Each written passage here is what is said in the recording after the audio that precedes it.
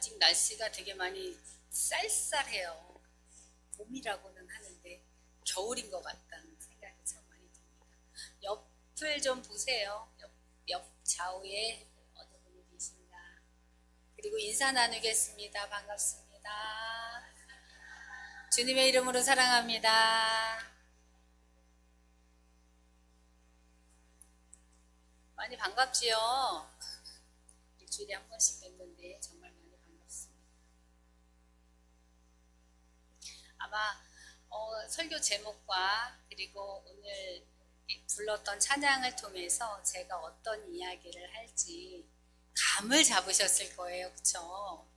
오늘은 기도에 대한 이야기를 해보려고 해요. 아무리 강조해도 부족한 것이 기도가 아닌가. 그리고 아무리 강조해도 또 부족한 게 있다면 사랑하라고 이야기하는 것이 아닌가. 우리가 신앙으로 실천하라고 말하는 것이 아무리 강조해도 정말 부족하다라고 하는 마음이 늘 듭니다. 카프만 부인의 저서에 보면 광야의 샘이라고 하는 그 책에 이런 내용이 있다고 그래요. 카프만 부인이 책상 위에 꽃이 그거 있잖아요. 왜? 그 뭐죠? 그 꽃이 나비가 되는 그 이렇게 비단을 싸고 있는 그 꼬치를 이렇게 잘 관찰을 하고 있는데요. 나비가 이제 나비가 되어서 그렇죠. 그게 이제 꼬치가 되면 그 속에 번데기가 있고 번데기가 이제 나비가 되어서 나올 거잖아요. 책상에 그 아이를 놓고 이렇게 관찰을 하는데 아주 작은 구멍 속으로 나비가 되기 위해서 막 애를 쓰면서 나오는 그게 보이는 거예요. 그래서 너무 애쓰면서 나오는 게 안타까워서 아우 저거 어떻게 하면 좋아? 조금 도와줘야 되겠다 이런 마음을 가지고 가위를 가지고 와서 그 구멍을 키워줬대요. 그랬더니 나비가 나오는 데는 너무 수월하게 나온 거죠. 그리고는 또 이렇게 가만히 보니까 옆에서는 아주 애써서 나온 아이들이 있는 거예요. 그리고 두 마리의 나비를 놓고 이렇게 비교를 하는데 애써서 나온 애는 너무나 잘 날아가는 거죠. 그런데 본인이 그걸 키워가지고 나오는 잎을 키워서 편안하게 나오게 한 그 나비는 바닥에 떨어져서 파닥파닥 하다가 그냥 죽음을 맞이했다고 그래요. 그래서 도대체 왜 이런가? 그리고 또 이렇게 알아봤더니 나비가 그 낙꼬치를 통해서 나오면서 이 어깨에 있던 영양분이 날개로 이렇게 전달이 된다 그래요. 그러면서 힘을 받아서 다 나온 후에 애써서 나온 후에 그 힘으로 날아갈 수 있는 힘을 받아 날아간다고 합니다. 그런데 이 본인이 꺼내준 편안하게 나올 수 있게 해준 그 나비는 그 영양분이 날개 끝까지 전달되지 않았고 그렇기 때문에 힘을 받지 못해서 결국은 날아가지 못해서 나비의 삶을 살지 못한다라고 하는 이야기를 그 책을 통해서 말하고 있습니다. 우리의 삶은 어때요? 우리의 삶도 마찬가지지 않을까요? 어떤 사람은 모든 것이 다 평안하다 그리고 다 형통하다 하는 것이 되게 좋다라고 얘기하지만 그런 이야기를 하시는 분이 계세요. 그 평안하다 형통하다라고 하다가 우리가 우리 일생을 살아가면서 그런 평안함이 영원하진 않잖아요. 한번 겪어지는 순간에 고난과 고생을 많이 한 사람은 그걸 딛고 일어나는 것이 쉽지만 평안하게 그리고 아주 형통하게 살았던 사람들은 한번 넘어지고 무너지면 일어날 힘이 없어서 주저앉아 버리고 만다라는 이야기를 하고 있습니다. 우리가 성경을 통해서 정말 그 인물 너무나도 잘 알고 있잖아요. 어쩌면 욥이 모든 것들이 형통할 때는 본인의 신앙을 이야기할 때 물론 하나님을 찬양하기도 했고 감사하기도 했지만 그 안에서 그는 원망하며 불평하는 이야기들도 되게 많았어요. 그런데 그가 정말 하나님 앞에 그 고통의 순간을 다 지나고 난 이후에는 하나님을 찬양했고 그의 신앙이 눈으로 보는 신앙이 아니라 삶으로 경험되어지는 그 신앙이었다고 고백하는 순간들을 우리가 볼 수 있습니다. 오늘 시편 57편의 표제어를 보면 이렇게 이야기해요. 다윗이 사울을 피하여 굴에 있었던 때라고 기록하고 있습니다. 사울이 자신의 왕위를 찬탈하려고 한다라고 하는 걸 다윗을 오해한 이후에 계속 다윗을 죽이려고 쫓아다니잖아요. 다윗이 사울의 칼을 피해서 정말 굴에 숨어 살고 있을 때 그가 하나님을 찬양하는 내용입니다. 그리고 이 표제어를 또 이렇게 보니까 알다스엣에 맞춘 노래라고 되어 있더라고요. 그래서 알다스엣은 멸하지 마소서라고 하는 뜻을 가지고 있다고 합니다. 지금 다윗은 하나님께 정말 자신의 모든 걸 내려놓고 하나님 앞에 탄원하고 애통하고 애원하면서 하나님 앞에 기도하고 있는 내용입니다. 자신의 너무나 힘든 처지를 하나님 앞에 아뢰고 있죠. 다윗이 처해 있는 상황 속에서 그가 한 일은 하나님을 찬양하는 것이었습니다. 오직 하나님만을 만나기 위한 그 시간을 지금 다윗은 그 죽음 앞에서 어쩌면 그 숨어있는 그 동굴 안에서 그 시간을 가지고 있습니다. 오늘의 말씀을 통해서 정말 나의 회복을 위해, 그리고 우리가 기도해야 할 가정의 회복을 위해, 그리고 교회의 회복을 위해, 또한 나라의 회복을 위해 다윗처럼 그렇게 기도하는, 그리고 우리의 영혼을 깨우고 시간을 깨워 하나님 앞에 드리는 그런 시간이 되어야 할 줄로 믿습니다.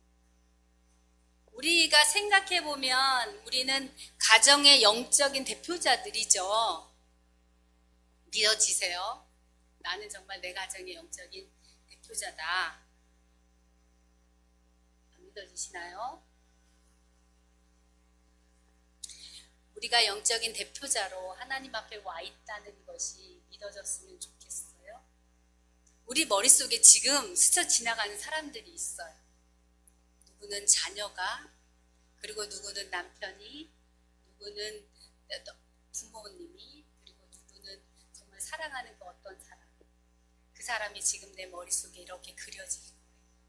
그들을 대표해서, 그들을 위해서 기도하기 위해서 우리는 여기에 대표자로 지금 앉아 있는, 하나님의 인도와 보호하심이 우리를 통해서, 우리의 입술을 통해서, 우리의 간구를 통해서 하나님 앞에 아뢰어지고 그 간구가 응답으로 우리의 삶에 맺어질 겁니다. 그렇게 우리는 대표성을 띠고 지금 이 자리에 있는 겁니다.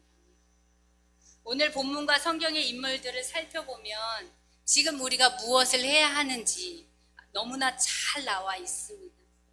오늘 본문의 극한 상황 속에서 다윗은 하나님께 은혜를 베풀어 주십시오 라고 호소하고 있습니다. 오늘 1절입니다.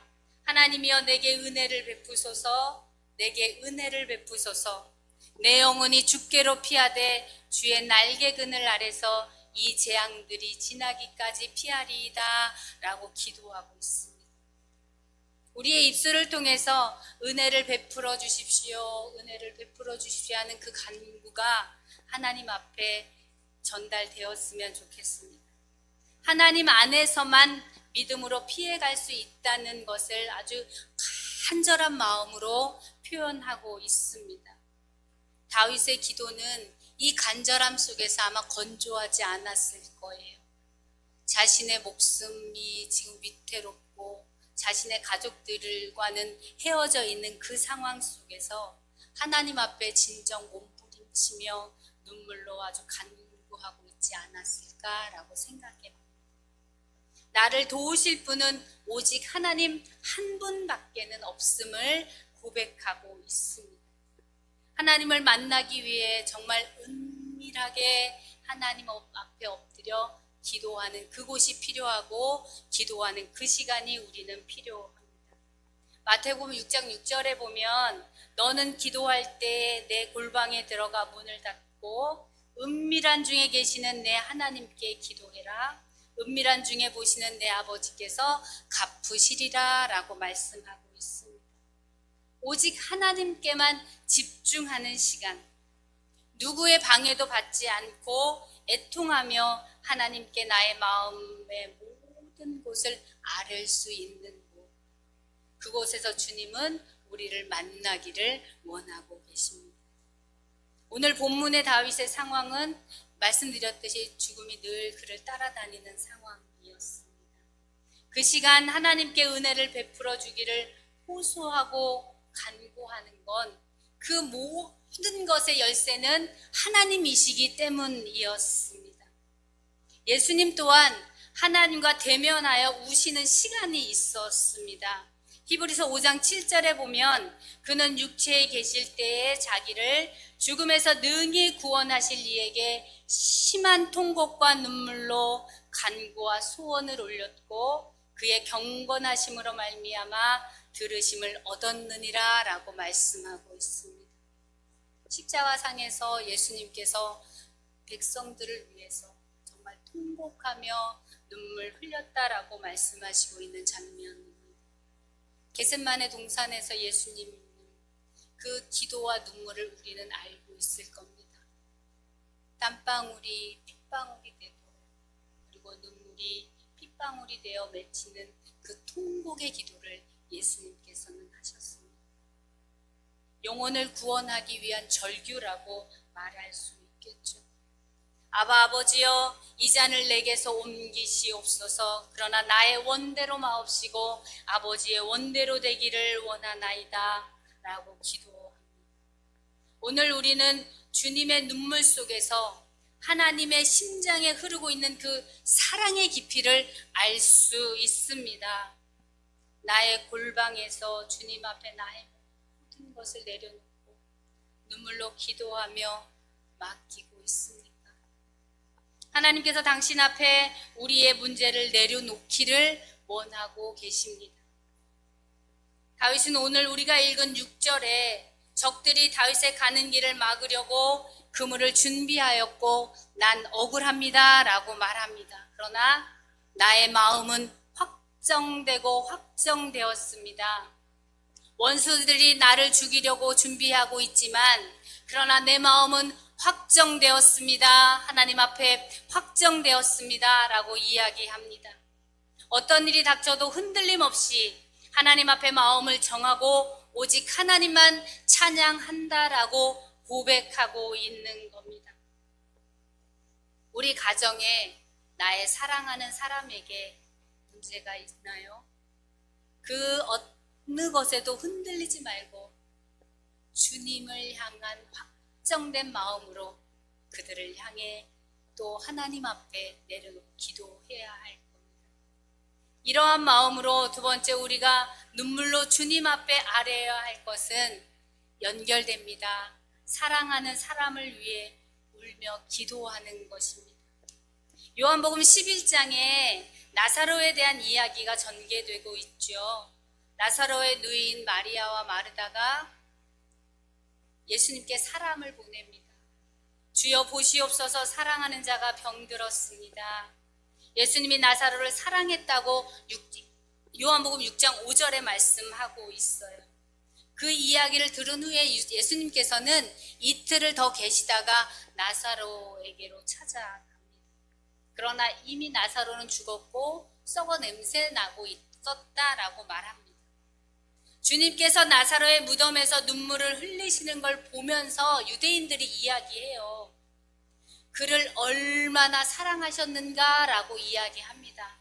예수님께서 정말 나사로를 사랑하여 나사로의 무덤 앞에서 울고 계신 것을 그들이 목격한 겁니다.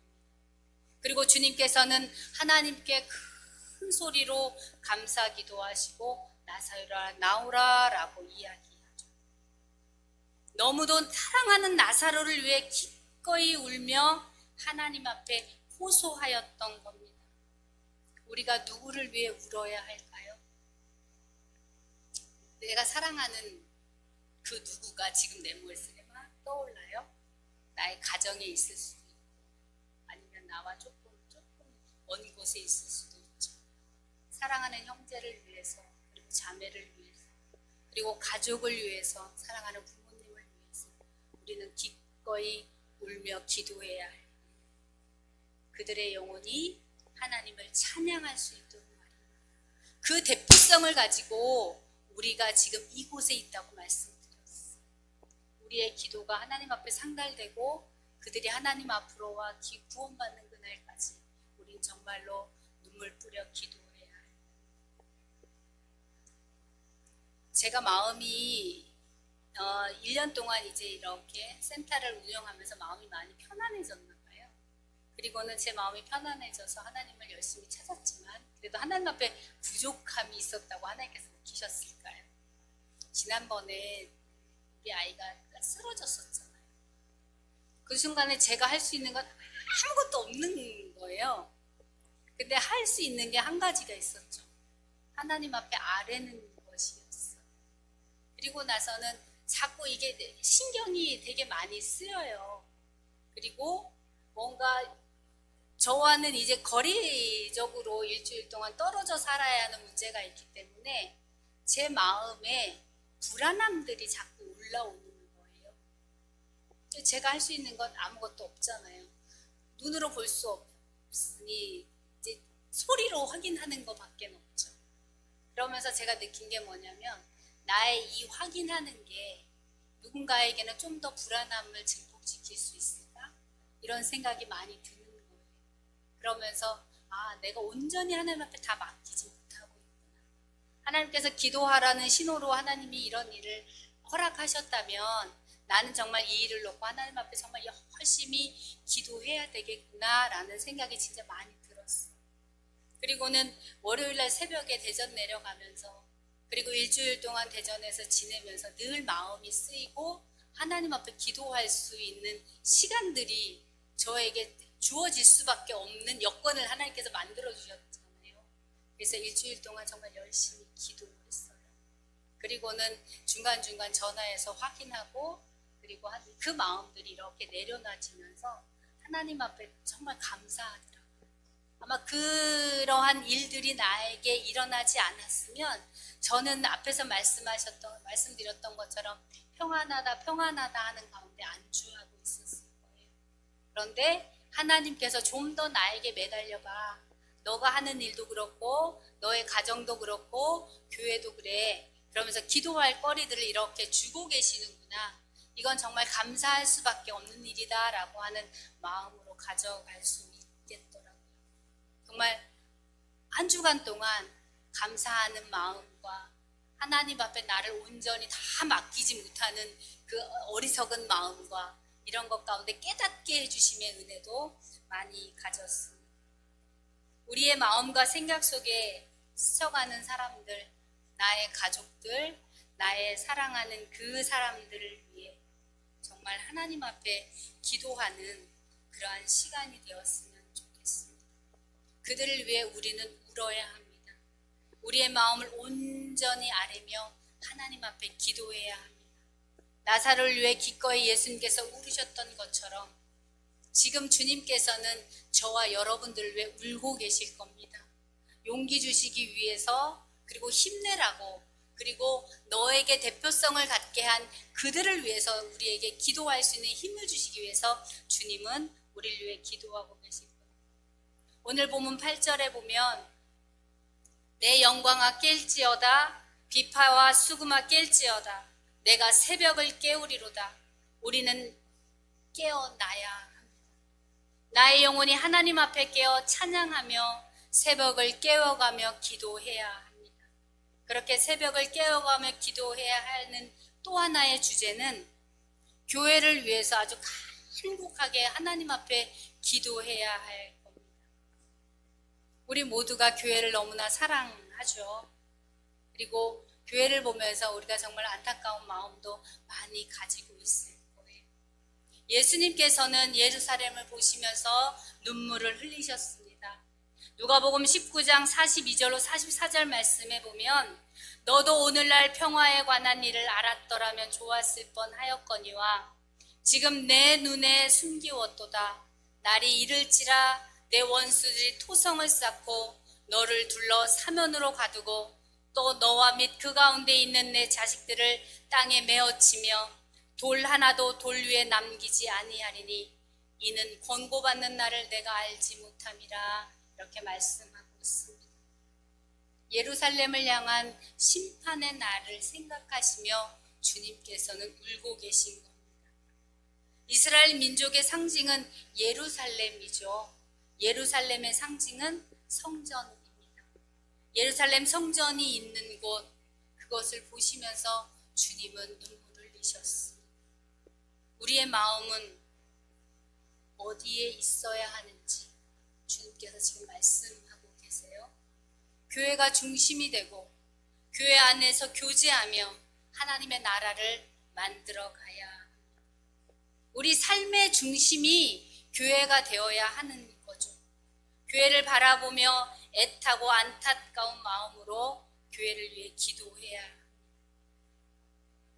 우리 지난주에 척사대회 했었잖아요. 아까 목사님하고 차 마시면서 그런 말들 이야기를 조금 나눴는데 지난주에 정말 많은 분들이 오셨어요. 이렇게 때마다 함께 하시는 분들이 있고 각 처에서 아마 마음을 모아 교회를 위해서 또 기도해 주시는 분들이 있을 거예요. 그런데 지난 한 주간을 준비하면서 우리 모두가 열심이었던 것 같아요. 오라고 권면하고 전화하고 마음 쓰고 그리고 기도하고 이러면서 함께 모이기를 애쓰면서 기도하며 준비했잖아요. 그 결과가 아마 지난주에 식사한 인원이 한 40명쯤 되는 걸로 알고 있어요. 근데 이제 누가 온대 이러면서 식당에서 이렇게 준비할 때 이거 밥 양이 너무 적지 않을까? 아니면 재료가 너무 적지 않을까? 막 이런 얘기 나누면서 준비했거든요. 행복한 이야기였어요. 누가 올까 함께 기대하고 그 안에서 정말 많은 사람들이 시끌벅적하게 함께 삶을 나누고 이런 것들 기대하는 그 시간이 얼마나 감사했는지 몰라요. 우리는 분명히 할 수 있습니다. 우리 이 빈자리가 많지만 이 빈자리 우리가 정말 조금 애쓰고 이걸 위해 기도하고 서로 교제하고 그리고 전화하고 서로 나누면 이 자리들 채워질 수 있다고 생각하거든요. 근데 어쩌면 우리 삶의 많은 부분들이 교회를 중심으로가 아니라 나의 삶을 중심으로 가다 보니까 놓치고 있는 부분이 아닌가라는 마음이 정말 많이 들었어요. 조금만 권면하면 또 한 번 더 전화 한 번 할 거 2번 하면 우리가 위해서 기도하는 것을 알고 있다면 기꺼이 이 자리를 위해서 나와주고 함께 예배 생활하고 함께 기도하며 교제할 거라고 생각합니다. 그것이 지금 우리에게 필요한 거죠. 예수님께서 말씀하시는 교회 중심으로서의 삶을 우리가 그렇게 살아가야 한다고 생각합니다.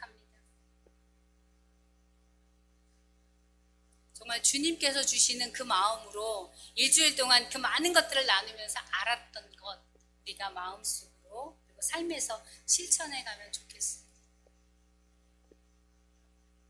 예수님께서 예루살렘을 보시면서 정말 그렇게 안타까워하시면서 우셨던 것처럼 우리 또한 그렇게 해야 될 것이고요. 그리고 마지막으로 우리가 또 기도해야 할 건 이 나라와 이 민족을 위해 기도해야 된다고 생각합니다. 독립운동가의 많은 부분을 차지했던 분들이 다 그리스도인들이었고 하나님을 너무나 사랑하는 사람들이었습니다. 그들 마음의 뜨거움은 우리 민족을 사랑하고 나라를 사랑하는 마음이 아주 가득했다는 겁니다. 지금 정말 힘들다는 이야기가 여기저기에서 막 나오고 있어요. 나라가 되게 위태하다고 느끼기도 합니다. 그러한 때 우리가 할 수 있는 건 이 나라를 위해서 기도하는 겁니다. 예전에 대표 기도할 때를 생각해 보면 예전에 대표 기도할 때 물론 개인의 삶, 교회 그리고 마지막으로는 늘 나라를 위해서 기도했던 것 같아요. 근데 요즘 잘 들어보면 나라를 위해서 그렇게 애절하게 기도하지 않고 있구나라고 하는 것을 많이 느낍니다. 근데 정말 나라를 위해서 기도해야 합니다.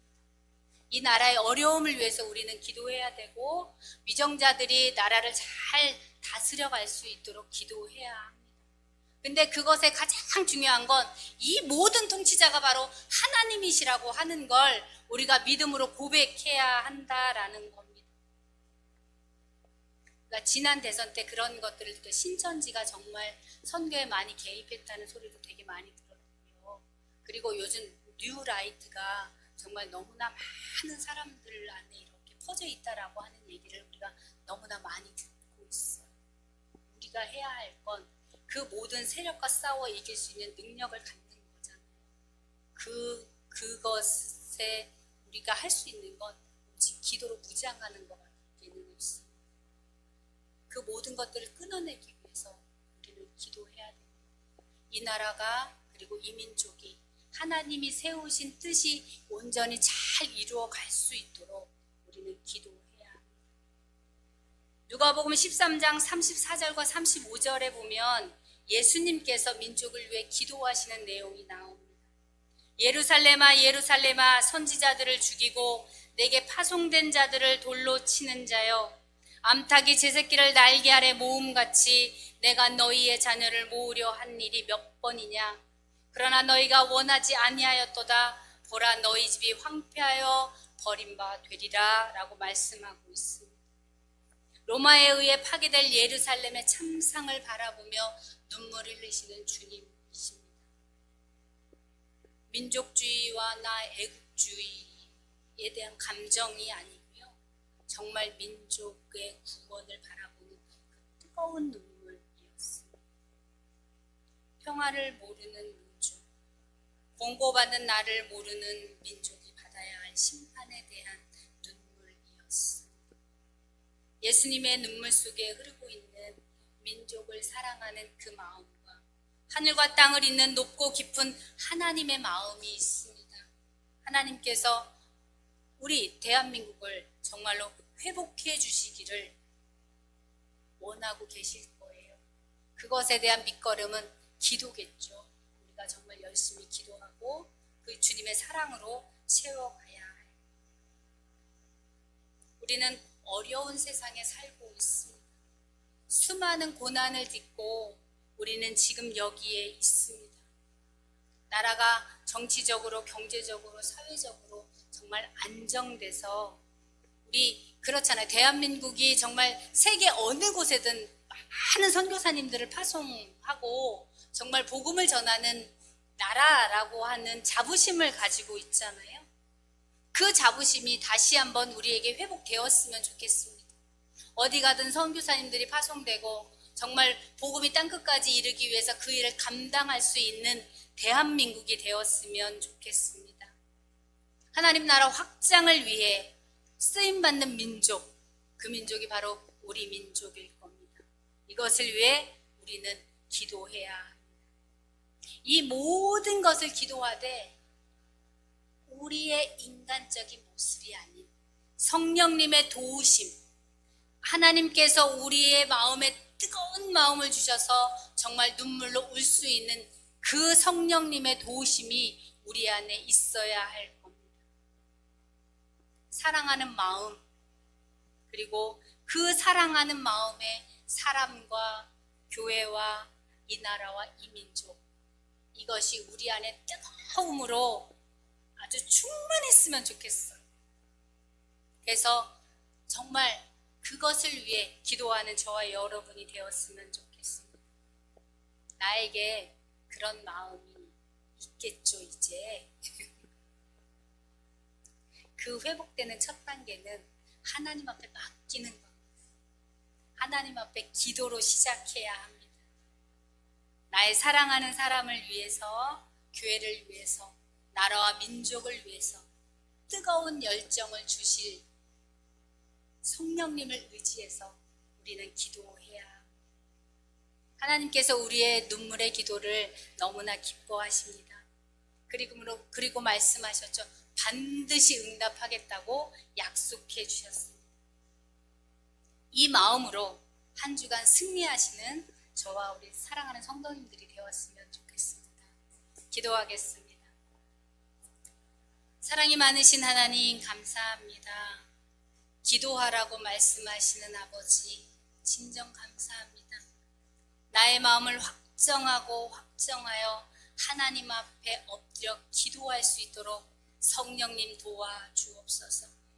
연약한 것에 마음 빼앗기지 않고 그 연약함으로 주님 앞에 더욱더 매달려 기도할 수 있는 힘을 허락하여 주옵소서. 나의 사랑하는 사람들을 위해서, 교회를 위해서, 그리고 이 나라와 이 민족을 위해 눈물 뿌려 기도할 수 있도록 하나님 축복하여 주옵소서. 한 주간 동안 기도로 승리할 수 있도록 주님 붙들어 주옵소서. 감사드리며 예수님 이름으로 간절히 기도합니다. 아멘.